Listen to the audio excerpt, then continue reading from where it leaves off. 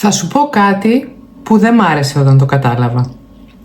Όσο πιο πολύ στη ζωή μου έκανα πράγματα για να με συμπαθούν οι άλλοι, τόσο λιγότερο με σεβόντουσαν. Και όταν άρχισα να νοιάζομαι λιγότερο σε ποιον αρέσω, αν αρέσω ή όχι, τόσο πιο πολύ με σεβόντουσαν. Δεν μιλάω για τις περιπτώσεις το να είσαι αγενής, αλλά μιλάω για τις περιπτώσεις να γίνεσαι χαλή για να σε πατήσουν. Εκεί αλλάζουν όλα. Γεια σου, είμαι η Ματίνα Καμπακίδου, σε καλωσορίζω σε αυτό το κανάλι. Εδώ ακούς αληθινές κουβέντες, αληθινά θέματα μέσα από τη ζωή που μας προβληματίζουν, μας δυσκολεύουν και θα τα αναλύουμε κάθε εβδομάδα. Κάνε εγγραφή στο κανάλι και έλα στην παρέα μας. Για χρόνια ήμουνα η καλή. Παντού, στη δουλειά, στο σπίτι, στους φίλους μου, στην οικογένειά μου. Αν χρειαζόταν κάποιος βάρδια στη δουλειά, θα την έπαιρνα εγώ. Αν κάποιος δεν μπορούσε να πει όχι, θα το κατάπινα εγώ. Ήμουν αυτή που απαντούσε αμέσως σε μηνύματα, εξηγούσε γιατί δεν μπορεί κάτι να κάνει και έστω και αν δεν ήθελα κάτι να κάνω, το έκανα. Συγγνώμη που σε ενόχλησα, συγγνώμη που δεν μπορώ, συγγνώμη που αναπνέω. Και ξέρεις τι έπαιρνα? Περισσότερες απαιτήσεις και λιγότερο σεβασμό.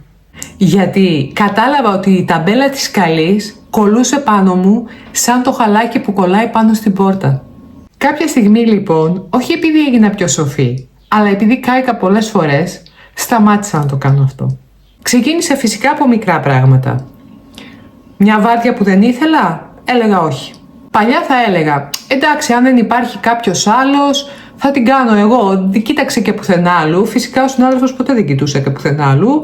Έλεγε ότι ναι, μίλησα και δεν υπάρχει κανένας και έλεγα εντάξει, θα την κάνω. Μου στέλνουν μήνυμα, να σου πω, μπορείς να μου κάνεις αυτή τη χάρη? Παλιά θα απαντούσα με ένα μήνυμα, μπορεί και 10 γραμμές, εντώνει. Δεν μπορώ γιατί είμαι κουρασμένη, δεν μπορώ γιατί έχω κανονίσει αυτό, σου ζητώ συγγνώμη την επόμενη φορά. Τώρα, όχι, δεν μπορώ. Τελεία. Δεν είχα κουράγιο να ταΐζω όλο τον κόσμο με το όλα είναι εντάξει. Και εκεί είδα κάτι που με σόκαρε. Κάποιοι εξαφανίστηκαν.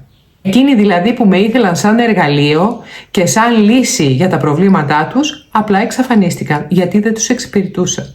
Ναι, μούτρωσαν, έκοψαν και καλά έκαναν, μου έκαναν πολύ μεγάλη χάρη. Οι άλλοι όμως που με αγαπούσαν πραγματικά έκαναν κάτι άλλο. Άρχισαν να βάζουν όρια. Με λίγα λόγια μάζεψαν λίγο τα πόδια τους και άρχισαν να με ρωτάνε, σε βολεύει, μπορείς? Αν δεν μπορείς, πες το μου να ξέρω. Όχι επειδή και αυτοί έγιναν άγιοι, απλά και εγώ από τη μεριά μου σταμάτησα να τους εκπαιδεύω. Σταμάτησα να τους εκπαιδεύω ότι είμαι διαθέσιμη. Και αυτό εννοώ όταν λέω όσο λιγότερο νοιάζεσαι, τόσο περισσότερο σε σέβονται. Όσο λιγότερο σε νοιάζει να είσαι αρεστή, τόσο περισσότερο φαίνεται ότι έχεις ραχοκοκαλιά. Και έστω αν αυτό δεν αρέσει σε πολλούς, έχουν μάθει να βάζουν όρια από μόνοι τους. Όσο λιγότερο εξηγείς το όχι σου, τόσο περισσότερο μαθαίνουν να σ' ακούνε. Θέλω να σταθώ σε κάτι πολύ συγκεκριμένο και αυτό που θα σου πω μου πήρε 40 χρόνια συν για να το καταλάβω. Το όχι είναι μία πρόταση από μόνο του. Τελεία και σιωπή. Άντε να πεις όχι δεν μπορώ ή όχι δεν θέλω. Τίποτα παραπάνω, δεν χρειάζεσαι έκθεση ιδεών γιατί λες όχι. Φυσικά δεν σου λέω να γίνεις αγενής. Δεν σου λέω να εξαφανιστείς, να αγνοείς τους ανθρώπους, να χάνεσαι για μια εβδομάδα. Αυτό δεν είναι δύναμη, είναι άμυνα. Είναι ένα άλλο πράγμα που θα το εξηγήσουμε σε ένα άλλο βίντεο.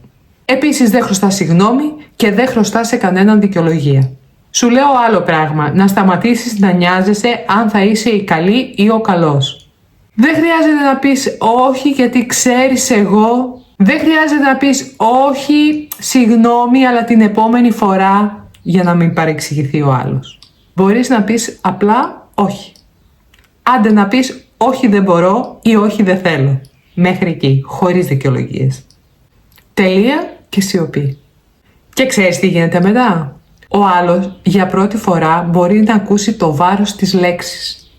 Όταν εσύ βάζεις τελεία μετά το όχι, ο άλλος αρχίζει και βάζει όρια από μόνος του. Απ' την άλλη πάλι, ο σεβασμός δεν είναι μεγάλα λόγια. Γιατί και εγώ μπήκα σε αυτό το τρυπάκι ότι είναι δυνατόν ας πούμε να μην με σέβονται, είναι δυνατόν η οικογένειά μου ή τα παιδιά μου, ο άντρας μου, οποιοδήποτε, η μάνα μου, η φίλη μου, η καλύτερη μου φίλη, θεωρείς το έχεις δεδομένο. Αφού αυτοί οι άνθρωποι είναι οι δικοί σου, θεωρείς ότι θα σε σέβονται. Μπορεί να σε σέβονται, αλλά μπορούν να σε εκμεταλλεύονται κιόλας. Οπότε ο σεβασμός δεν είναι μεγάλα λόγια, ούτε μεγάλα σ' αγαπώ. Είναι μικρές, απλές καθημερινές πράξεις που μπορείς να τεστάρεις στον άλλον αν τις κάνει. Και αυτό έκανα κι εγώ. Είναι όταν σου ζητάει κάτι το παιδί σου και του λες δεν μπορώ αυτή τη βδομάδα και δεν το κάνει μεγάλο δράμα. Είναι όταν λες στη δουλειά όχι, αυτό δεν είναι δική μου ευθύνη, δεν πρέπει να το κάνω εγώ και ξαφνικά βλέπεις όλους γύρω σου ότι αρχίζουν να το σκέφτονται αν θα πρέπει να σου φορτώσουν και κάτι άλλο. Είναι όταν σταματάς να εξηγείς και να μην δίνεις πληροφορίες και οι άλλοι το σέβονται και δεν σε ρωτάνε παραπάνω πράγματα. Φυσικά δεν λέω να γίνεις ψυχρή, ψυχρός, να γίνεις ghost, να μην σέβεσαι κανέναν. Όμως, μοιάζομαι λιγότερο για μένα σημαίνει. Δεν κυνηγάω να με εγκρίνουν, δεν με ενδιαφέρει. Δεν παλεύω να τους πείσω ότι είμαι η καλή, δεν με ενδιαφέρει. Δεν θυσιάζω την ηρεμία μου για να μην στραβώσει κανείς, δεν με ενδιαφέρει.